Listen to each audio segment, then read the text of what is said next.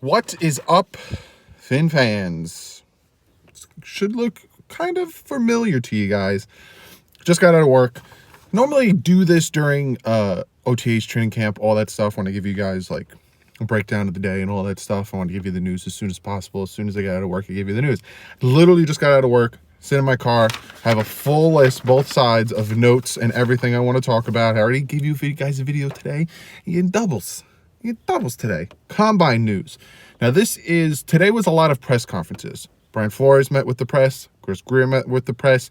Burrow, Herbert, Tua, Love met with the press. A lot of press conferences. So I'm going to talk about the quarterbacks first. Run down the list of quarterbacks, kind of what they said. Not much there. Little tidbits here and there that I thought kind of made me go, huh. And then this whole other side is Brian Flores and Grier. So I got a good minute.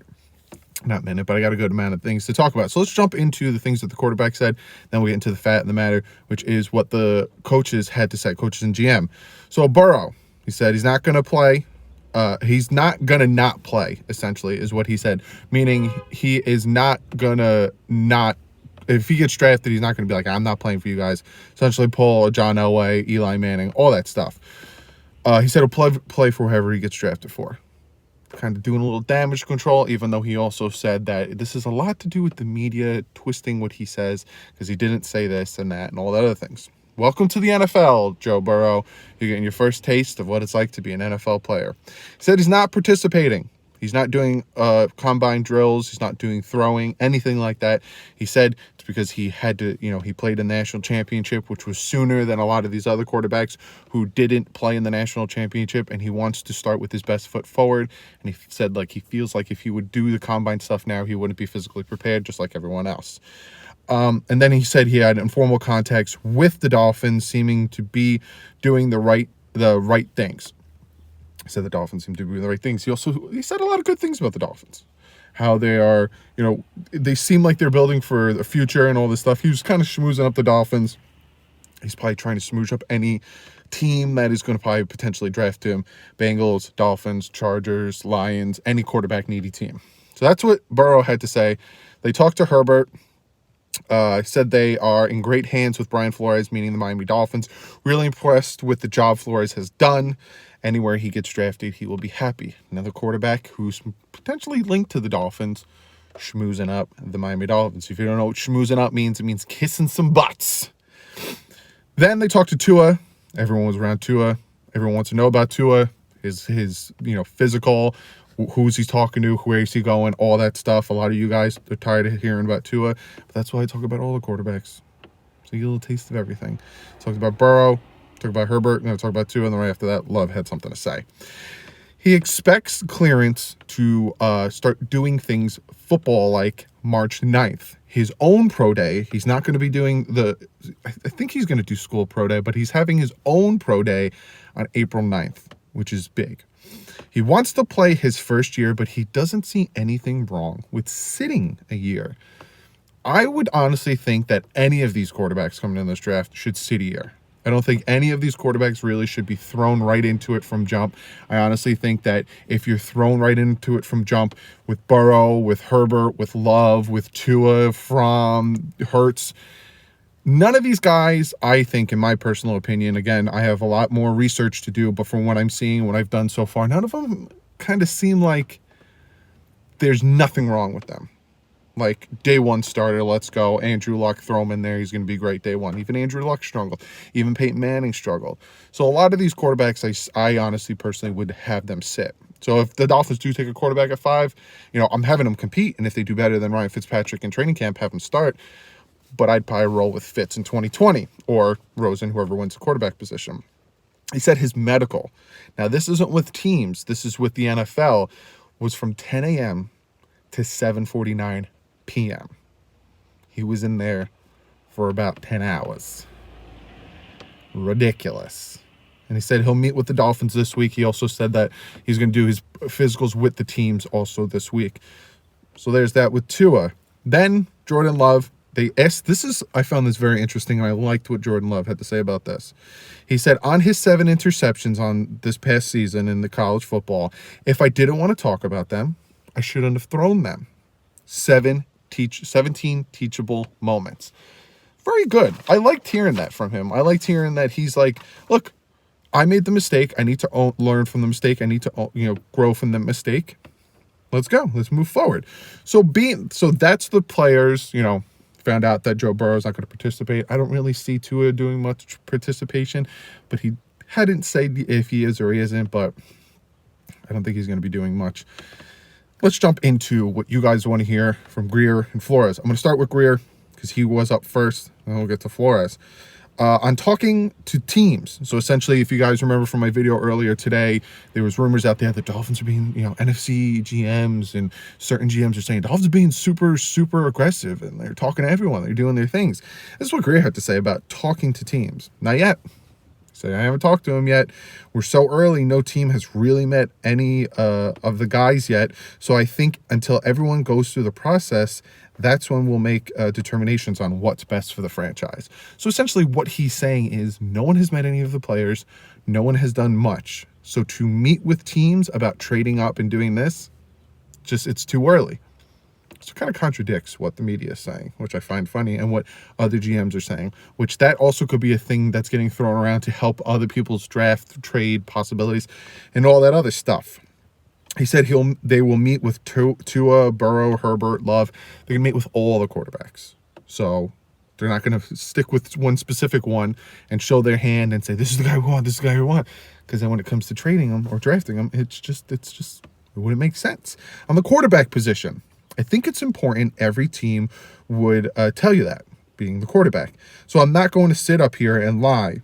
You see that in every team that has one feels good about it. So essentially what he's saying is the quarterback position is obviously very important. He's not going to sit up there and tell you, oh, no. You need this, you need that. It's important. And what he said at the end is you see that in every team that has one feels good about it. Guys who have their quarterback for the future, guys who have the quarterback that can win games for them, throw them on their shoulders, march forward. Aaron Rodgers, Patrick Mahomes, Drew Brees, which he's only got one more year left. But these style of teams and these teams that have these quarterbacks, they're comfortable. They can actually start focusing on other things. So that's what he means by you see these guys are comfortable. Dolphins have been wanting and waiting for this type of player for a very, very long time. Dan Marino. We haven't had that quarterback where we're like, oh, we're good. Let's focus on these other positions and let's focus on this since Dan Marino. Then they ask him about jumping up for Joe Burrow, essentially trading up for Joe Burrow, or if Joe Burrow doesn't become the first overall pick, kind of trying to do something with that. I don't think you rule anything out right now. I think we're wide open to everything. It's another vague answer by a GM who's trying not to show his hand. He's not surprised about being jumped in the draft. Now, essentially what he says is, and this is something that we all know when it comes to the draft, again, if you want to watch a really good movie that isn't exactly representative of the draft, but is a good idea about the draft and how the draft works, watch Draft Day with, I think, Kevin Costner. Watch Draft Day. A lot of times what happens is, say, the Detroit Lions, right? Someone calls them and says, hey, we want to take so-and-so, or hey, we want to trade up with you guys, we'll give you this, this, and that. They will call the Dolphins and say, hey, man, Chargers just called us. They said they're going to give us 3 firsts and 2 fourths, this, and that. Can you guys match that? That's what happens. So he says he's not surprised about people. It might happen where someone will get jumped and then you don't know about it, but it's not something that would be too surprising for him. Now, he talks about Tua's size. They ask him, does his size worry you? All that stuff. He says people want tall quarterbacks. That's like the stigma. That's the thing that is happening in the NFL. That's been happening in the NFL. You got, all these quarterbacks that are tall. You want that prototype over 6'2", big hand, strong arm quarterback. He says, but things are changing. Look at Drew Brees. Look at Russell Wilson. He starts naming other quarterbacks. Look at Kyler Murray. Look at, Baker Mayfield, which Baker Mayfield had a bad season last year, but he's saying you don't need that prototypical tall quarterback to be successful in the NFL. And then final thing he talks about is Gailey. He says when the hire for Gailey became official, he got contacted by a lot of people around the NFL saying it was a great hire. Now, for me, again, I am starting to go into these seasons, especially after being hurt so much by getting my expectations really high with different seasons. kind of like, I'll wait and see. I'm going to wait and see. I like what I'm hearing about Gailey. I like what I'm hearing about the team. I'm optimistic about the team, especially winning with nothing. We'll wait and see. But speaking about winning, sorry, my hand's getting tired. Speaking about winning with nothing, let's talk to the man who won without nothing, Brian Flores. And this is what Brian Flores had to say. He said Gailey was tough to deal with schematically when he was obviously with the New England Patriots, and Gailey was with, the Jets for 2 years, and he had to deal with him. Watched a lot of film at all the positions, and they're looking for tough and smart, because they asked him, they kind of want the head coaches and the GMs to say something. Oh, we're interested in this guy. We want this guy. So we're looking at all film. What we're looking for is the tough, smart guy, especially smart if you're going to be playing multiple positions in this style of defense. Tough, smart guy. He has not met with Tua yet, but looking forward to it. Medical is one of the several things he wants to learn about Tua. So not only does he want to know his medical, but he wants to know where he's at mentally, where he's at when it comes to football smarts. He's probably going to drill him with a bunch of questions, ask him routes, ask him defensive coverage. It's a lot of what happens behind doors with players meeting with coaches. They kind of throw plays at them. What would you do in this situation? You got this blitz in front of you. You got this formation in front of you. What are you going to audible to? Stuff like that. He said if a guy has the it factor, it's a feeling thing. The good ones have it. You may think a guy has it and another may have a different opinion. That's something I also, there's the quarterbacks out there that can be good in systems. There's the quarterbacks out there that can be good with a lot of things around them. But there's players, not specifically quarterbacks, but players in general that have the it factor, that regardless of what team they're on, they thrive. And Ndamukong Suh was one of them. He was doing great things with the Detroit Lions, and that Detroit Lions team was always crappy around him. So there's certain teams, players with the it factor, and he says, you're always looking for that. You're always looking for that it factor. Asked him about Preston Williams. Everyone wants to know how he's doing. He says he's doing everything he can to get back as soon as possible. And we're all hoping and praying and looking forward to that day, because him with DeVante Parker, it's a great combination on the outsides. He does not see the Patriots at ever being vulnerable. They're asking him because, Tom Brady's a free agent and all this stuff is happening. Whenever you think the Patriots are down and out, they tend to bounce back, except for this past season. Thanks to the Miami Dolphins knocking them out of that first round bye. Titans then finishing them off. Great things. He's excited for Carl, essentially the guy who was our wide receiver coach and then took the Colorado head job. He says very supportive of him for leaving. It just shows the type of staff and the type of people that Brian Flores surrounded him with, that they're all getting promotions and doing great things. It sucks that they're leaving, but there's nothing you could do when he's going to be a wide receiver coach here, and then all of a sudden he's going to be a head coach in Colorado in college. Think of Brian Hartline. I want Brian Hartline to come in and be our wide receiver coach. Will he take it? I don't know, but call Brian Hartline. This Amazon Prime truck just drove by me and got really close to my car. They asked him about the Xavier Howard situation. He says it's in the league's hand now. So essentially, whatever the league decides and whatever the league decides to do when it comes to punishments or anything, that's where it'll end. So we'll see, probably about a 2-game suspension, but we never know.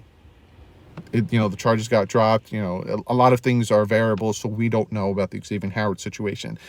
He says, and this is going to end this conversation and this topic, what I'm about to talk about.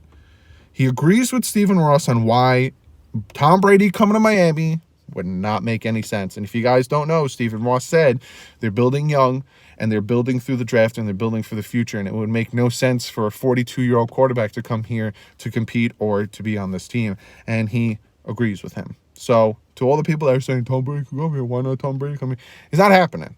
It's not going to happen. Even the head coach and the owner are saying it just doesn't make any sense. Asked about Tua, dropped Herbert, Burrow, Love, as all good players. So he was being asked about Tua, and then he drops all the other names, Herbert, Burrow, and Love. Well, they're all good players too.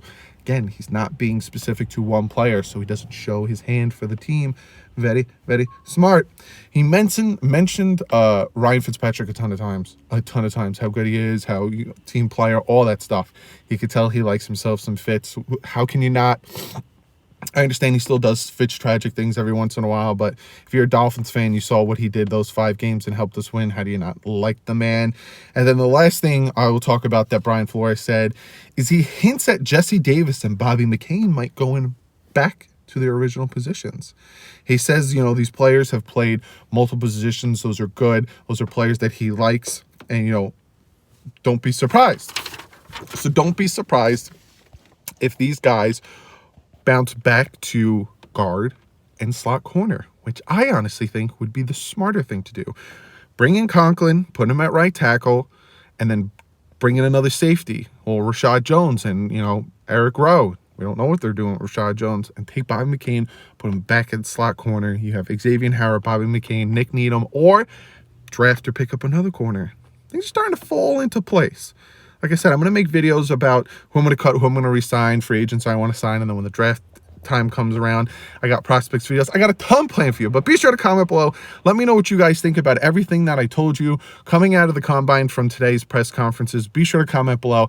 I don't got a comment of the day, and I don't got a fact, being that previous video you already got your trivia, but I don't got a comment of the day because I'm shooting this right from my phone and I didn't get any comments. But be sure to comment below so you can be in comment of the day for the next video. But other than that, be sure to hit the thumbs up. Be sure to subscribe. Thank you guys all for subscribing. It really, really, really means a lot to me. We broke 9,000 subs. We're at 9,000 and I think 12 now. So you guys are killing it. Thank you so much for subscribing. Be sure to hit the thumbs up, hit the bell, all that jazz. But other than that, I will see you guys really soon. If more news breaks or if more stuff comes out that I think, well, we should talk about this, it's interesting, I'll let you know. Other than that, I will see you guys either Thursday or Friday with the next video. I'm going to start doing my free agent videos, like I said, talk about who I'd resign, cut, all that stuff. But like usual, I'll see you guys really soon. Thank you so much for helping me break 9,000 subs. But like usual, stay classy. Fins up.